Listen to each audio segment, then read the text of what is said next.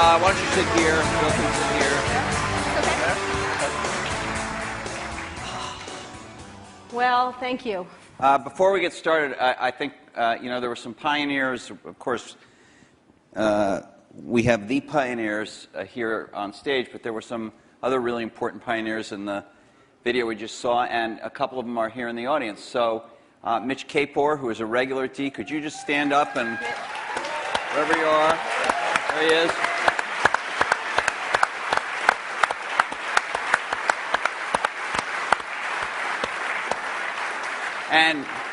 And Fred Gibbons, who has not come to D before but is here tonight. Fred. There's Fred. Right there. And I don't know if he's in the room, but I do want to recognize our fellow journalist Brent Schlender from Fortune, who did to my knowledge, the last joint interview these guys did. It was not on a stage, but it was a Fortune magazine interview. Brent, I don't know if you're in the room. If you are, can you stand? Maybe he's way back there. Way over there.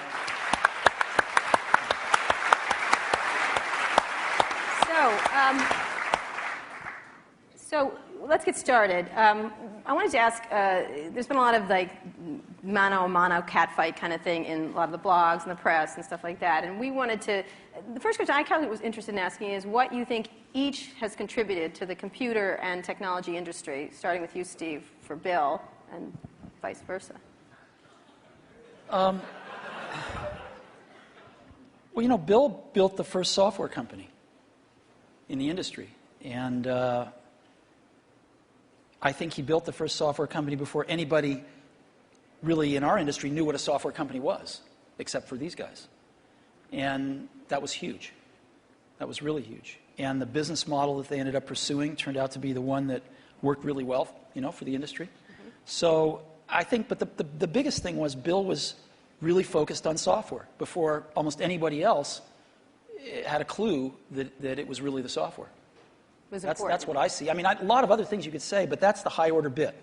And I think building a company is really hard, and it requires your greatest persuasive abilities to hire the best people you can and keep them at your company and keep them working, doing the best work of their lives, hopefully. And Bill's been able to stay with it for all these years. So, Bill, how about the contribution of Steve and Apple? Well, first I want to clarify, I'm not fake Steve Jobs.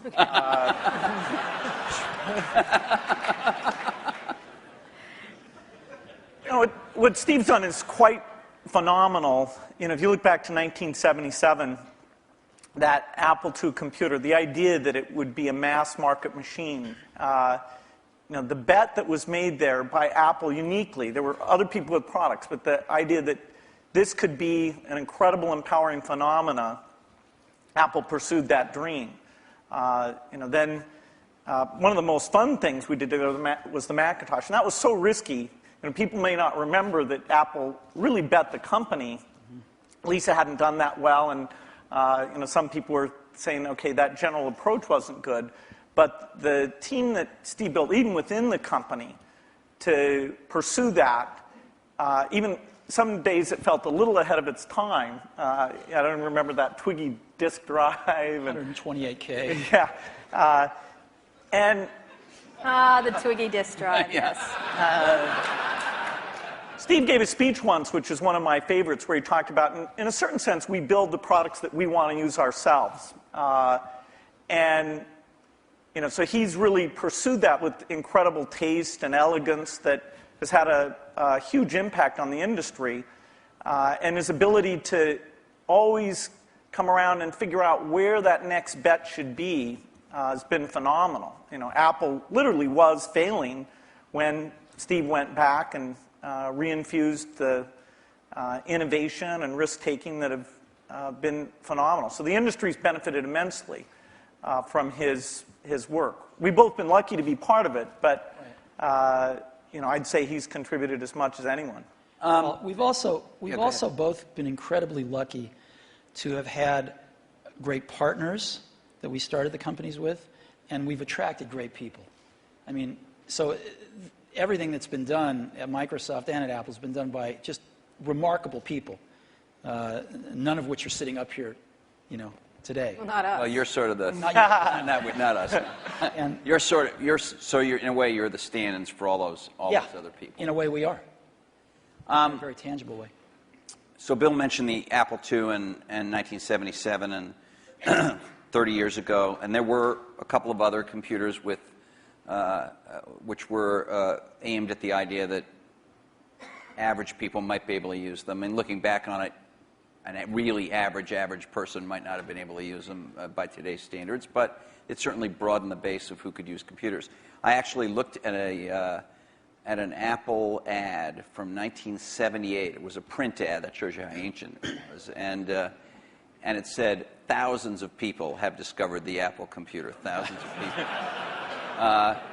And it also said, you don't want to buy one of these computers where you put a cartridge in. I think that was a reference to one of the Atari or something. I don't know. You want a computer you can write your own programs on. And so the world, and obviously people still We had do, some but- very strange ads back then. We had one where it was in a kitchen, and there was a woman that looked like the wife, and she was typing in recipes on the computer with the husband looking on approvingly in the back. Stuff like that. Yeah, how did that work for you? I don't think well. So, but just think back to, I know that you started Microsoft prior to 1977. I think Apple started the year before in 76. Microsoft in 74 was when we 74, started writing the 75. basic. And then, then we did shipped the basic in 75. Okay. Most people, some people here, but I don't think most people know that there was actually some Microsoft software in that Apple II computer. Do you want to talk about what happened there, or how that occurred?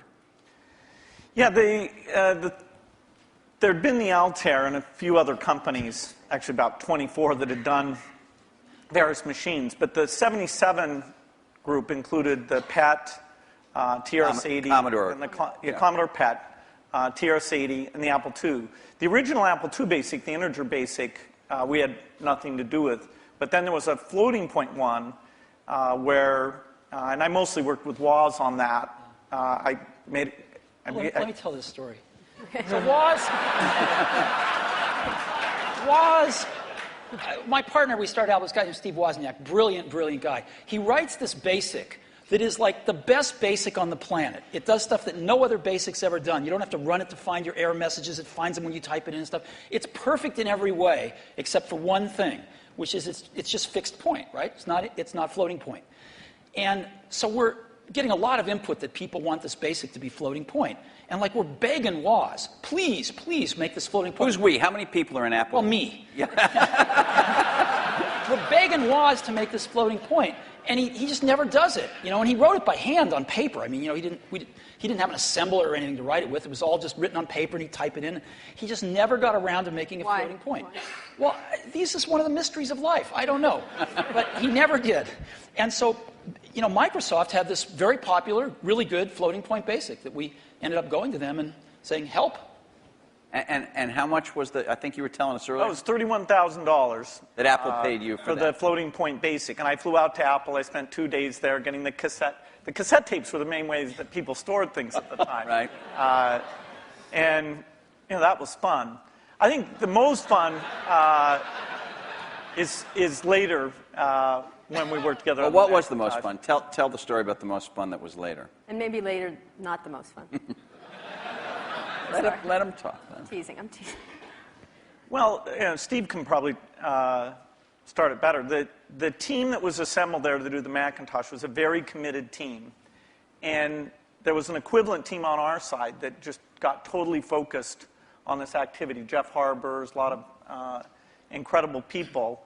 And we really had bet our future because on the Macintosh being successful, and then hopefully graphics interface in general being successful. But first and foremost, the thing that would popularize that being the Macintosh. And so we were working together. The schedules were uncertain. The quality was uncertain. The price. When Steve first came up, it was going to be a lot cheaper computer than it ended up being, but that was fine. So you worked in both places, in both?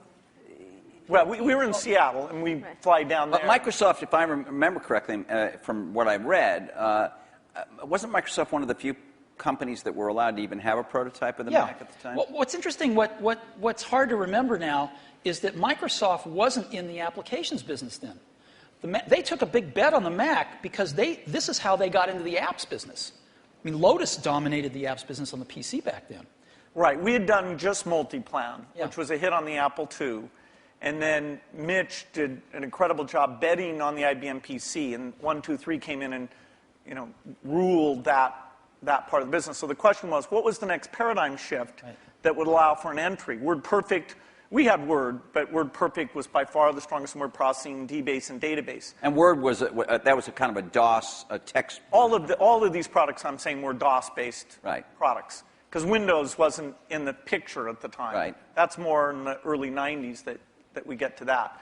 And so we made this bet that the paradigm shift would be graphics interface, and in particular that the Macintosh would make that happen with 128K of memory, 22K of which was for the screen buffer, 14K was for the operating system. So it was 14K.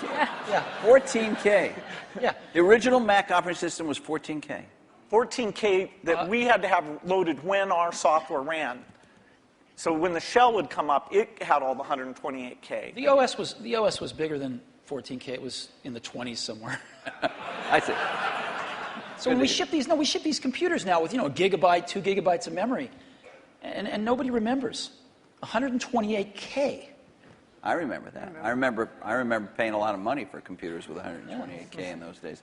So the two companies worked closely on the Mac project because you were maybe not the only, but the principal or one of the principal software creators for it, right? Is that right? Well, Apple did the Mac itself, but we got Bill and his team involved to write these applications. And we were doing a few apps ourselves. We did Mac Paint and Mac Draw and stuff like that. But Bill and his team did some great work. Now, in terms of moving forward, after you left and your company grew more and more strong, what did you think was going to happen to Apple after sort of the disasters that occurred after Steve left? Well, Apple's fate hung in the balance. We continued to do Macintosh software, and Excel, which Steve and I introduced together in New York City. That was kind of a fun event. That went on and did very well. But then, Apple just wasn't differentiating itself well enough from the higher volume platform. And Meaning Windows, right? I mean, DOS and Windows. okay, but especially Windows in the 90s began to take off. By 1995, Windows became popular. The big debate wasn't sort of Mac versus Windows. The big debate was character mode interface versus graphics mode interface. And when the 386 came and we got more memory and the speed was adequate and some development tools came along, that paradigm bet on GUI paid off for everybody who'd gotten in early and said, this is the way that's going to go.